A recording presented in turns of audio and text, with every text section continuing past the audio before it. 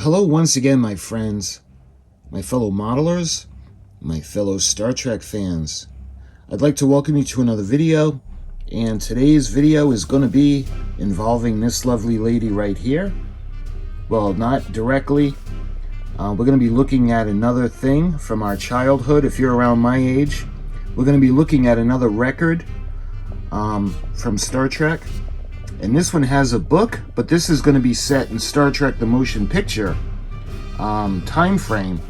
And we're going to see when you see the cover, you'll see the beautiful USS Enterprise NCC 1701 refit.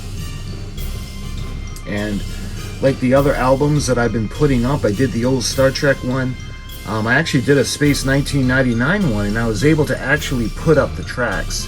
Hopefully I'll do the same thing, or I'll be allowed to do the same thing for the track for this album. So sit back, relax, and we're going to take another look at a classic record with a story and a book from Star Trek.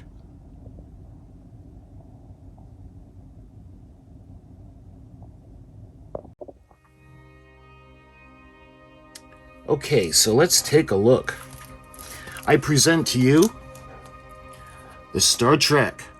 This is the original stories for children inspired by Star Trek, and you can see the beautiful USS Enterprise NCC 1701 refit. And the name of this story is The Passage to MOAUV. And you can see Admiral Kirk and Mr. Spock. Now, when I had bought this, the seller had told me that it was still sealed and it was in brand new condition. Now, I understand this has been around a long time, but it's in a sleeve. This doesn't mean necessarily that it's still sealed like it's said in the listing. And when we pull it out, you can see that the whole top is gone, which allowed the book to be pulled out from the original shrink wrap, as well as the record. So I think, this really, I can't really consider this brand new and sealed, because you can see the wear marks all over it, and actually on the bottom as well. So, yeah, it is what it is. So we're going to open it anyway, because we're going to take a look at the book. And you can see the seal has been broken all the way down. You know what? We might not even have to rip it anymore to get everything out, because I'm sure everything was taken out. But so this easily could have been taken off and put back on. So I wouldn't consider this brand new sealed. But anyway, we took it out of the packaging, and you can see better without the glare. And again, look at the Enterprise. And I decided to use the AMT, the classic Enterprise refit from Star Trek the Motion Picture. This is a fun model we've been working on. It's been a while since I did an update on that, but trust me, at some point we will. So when we look at the back, you can see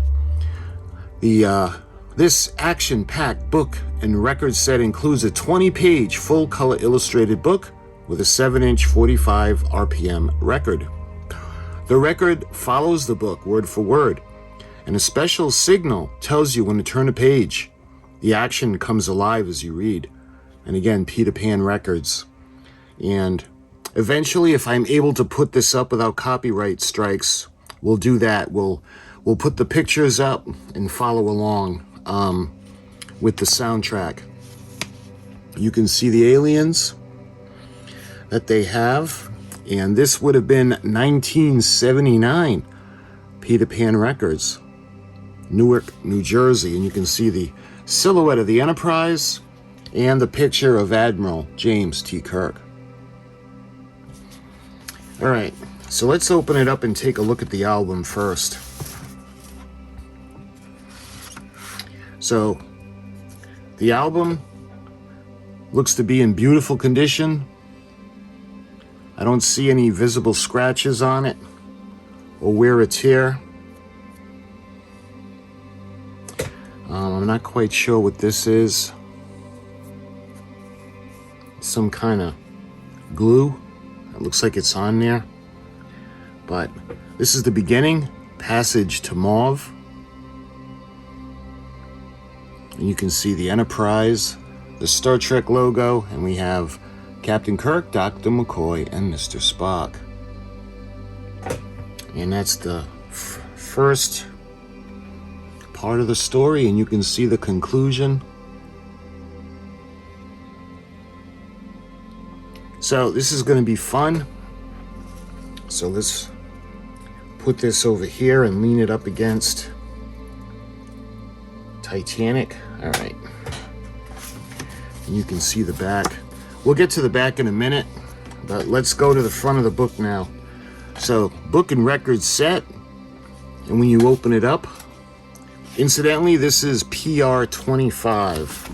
So when we open up the book for the first time, you can see that awesome printing on the inner part of the book. You got the Enterprise refit. And then we can start with the story. You can see Star Trek, Passage to MOAUV. And we have the beautiful USS Enterprise. We got Captain Kirk, Mr. Spock, and Dr. McCoy.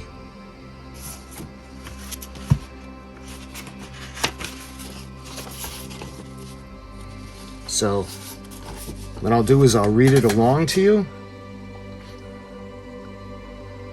So it looks like they have a cat on the bridge.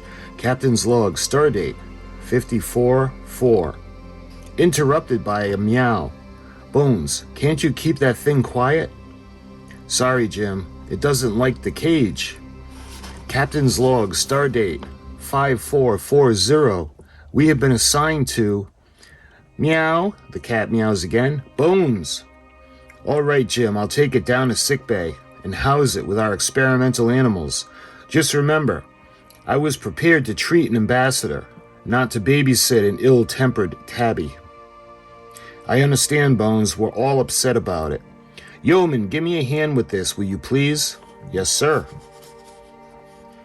I confess, Captain, that for a change, I find myself emphasizing with Dr. McCoy. This is a considerable disappointment. For me too, Spock. Captain's log, stardate 5440. The Enterprise has been ordered to transport a pet wool to the MOAUVian ambassador from the Centaurus base to the home world of MOAUV. We are proceeding on course as rapidly as possible. Mr. Sulu, how long till orbit insertion around MOAUV? Captain, approximately 2 standard weeks, 6 hours, 30 minutes, sir. 2 weeks for moving. A Starfleet cruiser from a commission for 2 weeks just to pamper someone's pet. It does seem rather extraordinary, Captain, but then the MOAUVian situation is extremely delicate. At the moment, they are neutral, but since they lie near both the Federation and the Klingon Empire, it seems certain they will eventually all ally themselves with one or the other. The MOAUVians are an advanced, logical people. Logic and affection are not necessarily mutually exclusive, Captain. I speak from personal experience. I had a pet Selat once. Maybe so, Spock, but when you expect to play host to a full ambassador to find yourself carrying a cross between a nervous bobcat and a furious lizard, and then you hear buzz, and look at that beautiful picture of the Enterprise. I love that depiction. Kirk here. Jim, were you worried about this being a dull trip? What's happened, Bones? Yeoman Prentice and I were moving the wall into sickbay. We bumped into a wall making the turn, and apparently the wall panicked. We dropped the cage and blasted, the latch broke, and wall got out. Got out? Well, all right, where is it now? That's the trouble, Jim. We don't know. When you know how timid it's been since the MOAUVian crew sent it aboard, when the latch went, it took off down the corridor like a shot. You let it get away, Doctor? And then we can see that other nice depiction on the outside of the ship. Who's that, Spock? Listen, Spock, that thing's got claws. As long as my middle finger, I'm a doctor, not an animal trainer. Not that we didn't try. Prentice took a dive at it. His arm should stop bleeding any minute now. For the Horsehead Nebula, what next? Okay, Bones, stay where you are. Mr. Spock, Captain. You see the next page? Take a security crew or 2 down there. Use nets. We'll have an interstellar incident on our hands if that wall is hurt. Yes, Captain. Uhura, broadcast a warning to all hands to keep an eye out for the animal. Most of them have seen pictures of it. Seal all decks above and below sickbay. At least we can keep it in one area. Very good, Captain. Put me on the intercom. I'll do it myself. This is the captain speaking. The MOAUVian wall, the pet of the MOAUVian ambassador to the Federation, has escaped. It is loose somewhere near sickbay. Yeoman Prentice has already been injured attempting to recapture it. I want no more such injuries. Anyone sighting the creature is to contact security immediately. Make no attempt to approach it. Kirk out. Then the next block. Where did you last see it, Doctor? It took the branch to the left, Spock. I don't think it went too far. It's probably cowering in a dark corner somewhere nearby, waiting for a kindly old Spock to go pick it up. Oh, Mr. Spock.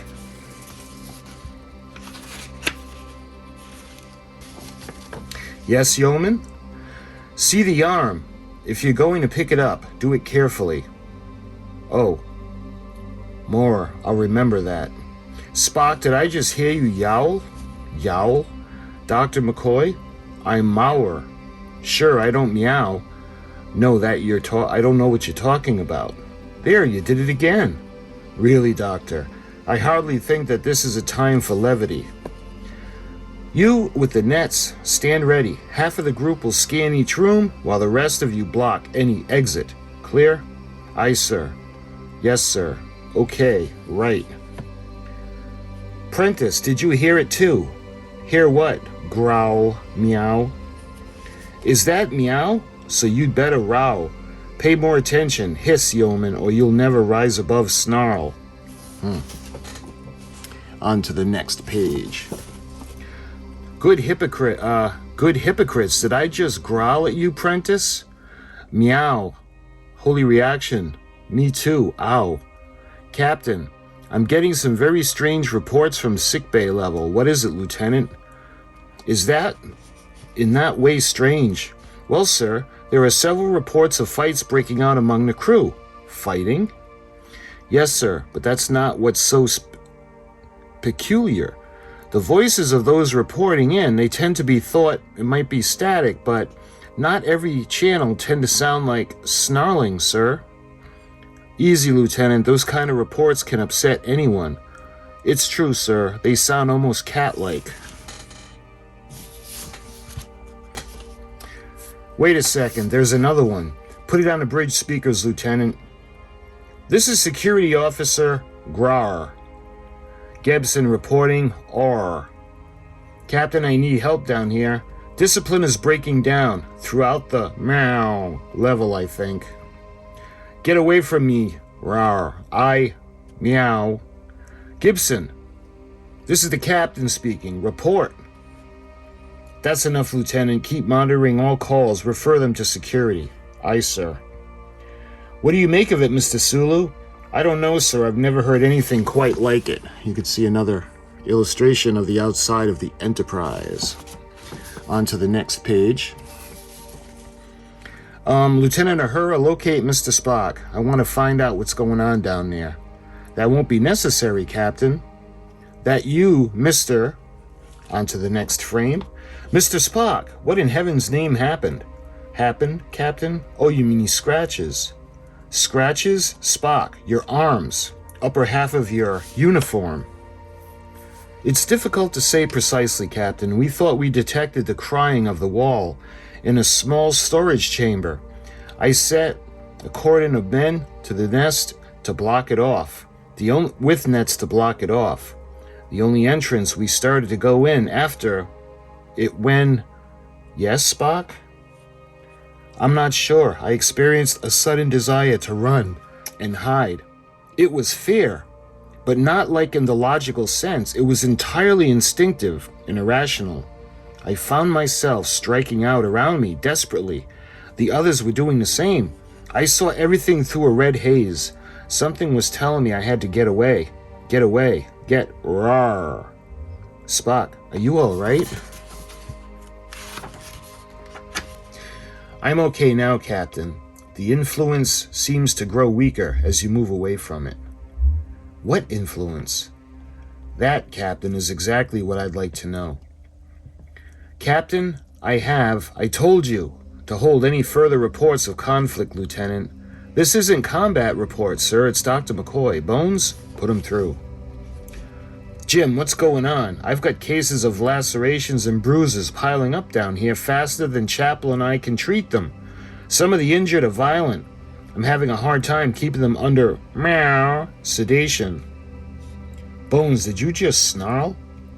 I guess what I must have meant, Jim. Spock didn't notice it right away. Either there's something that sneaks into your mind. Can you describe it? On to the next page. Some influence overpowers your emotions and thoughts.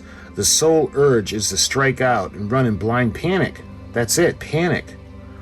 How about the source? I believe there is only one logical possibility, Captain. Just a minute, Bones. Wait, what, Mr. Spock? We are being subjected to mass telepathic projection of considerable raw power. A projection emphasizing panic and fear. There is only one entity aboard which could be expected to be experiencing such feelings. The MOAUVian wall. Bones, did you? I heard him, Jim, and I wish somebody would do something about it fast. The thing's strength seems to be increasing. Our latest cases are requiring heavier and heavier sedation. Do your best. You can do the best you can, Bones, and I'll get back to you. Suggestions, Mr. Spock? We have little information on the MOAUV and less on the creature. I recommend contacting the wall's owner for instructions. The ambassador? Spock, you know I can't do that. MOAUV is diplomatic flashpoint. If we get in touch with them and confess we can't even handle a single pet, what are they going to think of our capabilities? More than ever, if we growl, never arrive. What do you mean, Spock? I can feel it again, Captain, the influence. Dr. McCoy is right. As far as he goes, the violence around here is increasing. The wall becomes more frightened. The more frightened it becomes, the stronger its defensive projection. It grows, and we could lose control of the Enterprise. You really think it could go that far, Mr. Spock? Meow. And you can see another picture of the outside of the ship. You see, Captain, soon even coherent speech will become impossible. Lieutenant Uhura, contact MOAUV. Get us through to the ambassador to the Federation. Meow, snarl. Do it yourself, Captain. Uhura. I'm sorry, sir. Something just... Forget it. And look, they have Lieutenant Uhura as a blonde with blue eyes. On to the next page. I have contacts, sir. Put them on the screen. Crackle Zoo. This is Ambassador Ovid speaking. Your trip is proceeding presently, Captain?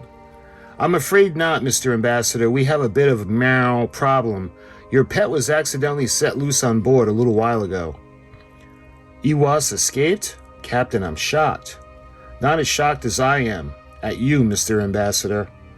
Do you know that it's against Federation law to transport an animal which can endanger the lives of the crew without suitable pre-notification? But Captain, Ewas is no danger. He is kept in a cage and properly treated. You didn't plan all this then? Plan, Captain? I don't know what you mean at all. And you can see another exterior drawing of the ship. It would be an excellent way of testing our mental strength. Captain Kirk, I resent you insinuating I shall file a formal protest with your government. Excellent. I'll go. It'll go well with my report. Come now, Captain, such unpleasantness isn't like you. Are you by chance feeling out of sorts? As if you don't know. Rawr. How do we go about recapturing your wall? That does present a problem, doesn't it? The more frightened Ewas becomes, the harder it will be to approach him while restraining one's own thoughts. How long has he been free? Spock? About 40 minutes, Captain, I should guess. Two-thirds of a ship hour, Mr. Ambassador. A long time. How about telling us how to shorten it? You can see another illustration of the outside of the ship. On to the next page. But that's just it, Captain Kirk. You see, we don't know how to recapture a terrified wall either. The only thing I can suggest is to get within, 300 of your meters of him and shoot him full of PAC, M, or LG tranquilizer. PAC? A MOAUVian drug, Captain. I doubt we have any on board. Even if we did, we can't shoot around 300 meters around the corners. I'm sorry for you, Captain. You must let me know if you come up with a solution. And now you must excuse me. I have an important appointment with the Minister of Foreign Affairs. Wait a minute, you can't just... Transmission terminated, sir. I'm attempted to reestablish, but they don't acknowledge. Keep trying. Mr. Spock? I see no choice but to make another attempt with the nets. Alright, good luck. Meow. Arr. Who needs it? Sorry, Captain. The influence. I know, Mr. Spock. I can feel it in myself now. Lieutenant, any luck? No, sir. I will continue to... Never rar. Mind, get me sick bay. Sick bay, Dr. McCoy here. Bones, the MOAUVian ambassador, said a couple of strains, M or LG, of a tranquilizer called PAC could put the wall under. PAC? I've never heard of it. We've had practically no exchange of information yet with MOAUVian, the medical personnel at all, let alone the veterinarians. Check the medical comm and how maybe there's a hypothesized Federation analog. I'll try, but we're pretty busy down here. I need a drug, Bones. I'll see what I can do. Dig up. Sick bay out. On to the next page. Mr. Sulu, take the helm. I'm going with Mr. Spock. Yes, sir. Uhura, if you or Sulu find yourselves going under the influence of this thing, put out an automatic mayday describing our situation. Yes, sir. This is Corridor Rawr. Spock? Meow. Yes, Captain. You can fight it a little bit, but it digs at you, pounds away like a hammer. Spock, I just had an urge to take a swing at you. I am experiencing similar leanings towards belligerent action, Captain. We should be nearing the wall's last known hiding place. It's meow growing stronger, Mr. Spock. Rawr. I can't. It's just sitting here, Spock. Rawr. Yes, Captain. Grar. It's truly frightened. Meow. And then they show a illustration of the creature. Just another few meters, Captain, and we can get the net on it. Get it on yourself, Spock. Rawr. Captain, I must get away. Get away. Tear. Kill. Rawr. Captain, Mr. Spock, what's going on here? Telepathic screen. I heard it's the animal. There isn't it? Isn't that it? The wall? Here, kitty, kitty, kitty. Nice kitty, kitty, kitty. Rawr. Lieutenant, must be careful. Dangerous. Nonsense. Nice kitty. Armalur law. Mr. Spock, you all right? Yes, Captain. I must report myself under arrest for assaulting. No, Spock, you had no control over your thoughts. On to the next one. This poor scared little furball, what's been causing all the ruckus? Listen to it purr. Spock, Lieutenant, what did you do to it? Do? Why, nothing, Captain. It was frightened, out of its mind. That's all. I was off duty asleep until the noise of the fighting and the corridor outside disturbed me. I learned what was happening and was on my way to the bridge when I saw you and Mr. Spock fighting. There, it's all right now. But why? Naturally, Lieutenant is not affected. She is of feline ancestry herself and clearly able to empathize with primitive feline thoughts. The wall detected an assurance in her kind spirit and at once relaxed. And you can see another exterior picture of the Enterprise illustration. Lieutenant, you're hereby relieved of communication duties until we arrive at MOAUV and deliver this pet to the ambassador. Till then, your sole responsibility will be to see the care and the feeding of her. Captain, have you managed to... EWAS is safe and content, Mr. Ambassador. Lieutenant Mress, one of our communications officers, is a Kachian, or a Acacian. She was able to calm it instantly. Excellent news, Captain. Having a crew comprised of many races is a definite advantage. It speaks well of your Federation. I am looking forward to meeting you on your arrival. Please be exceptionally gentle with EWAS in the next time periods, though. We'll be as gentle as we can, of course. And why the sudden concern? You mean you didn't know, Captain? An oversight on the part of the crew which delivered her to you. Her? I thought you said him. An oversight on my part. EWAS is pregnant. She'll have kittens in a few days. I suspect you can expect to have between 6 and 10 additional little walls before you arrive here at MOAUV. Carry on, Captain. Mr. Spock, inform Lieutenant Mress she's about to become a mother. Inform Dr. McCoy also and tell him to be careful during delivery. We wouldn't want either mother or children to get frightened, would we? No, Captain. Meow. And that's how the story ends off. And you can see in the back where the flap would be to hold the 45, and we have that same inner cover with the print of the Enterprise. And you can see over here, don't miss out on the fun. For more exciting reading and listening, be sure to look for these other books in record sets from Peter Pan. And you can see all the different records. Let's see. We got Star Trek, Volume 1, 2, and... well, Volumes 1 and 2. We got Star Trek The Robot Masters, Star Trek Dinosaur Planet. So they show 4 different Star Trek stories on here, and this would be the 5th one. And then we go back to the back cover. So my friends, this is the story, Passage to MOAUV. And I hope I can get the audio up, because you probably have a much better experience listening to the story from the record than me narrating it. But I'm going to be doing that. I'll be putting up the video, provided it lets me with the copyrights.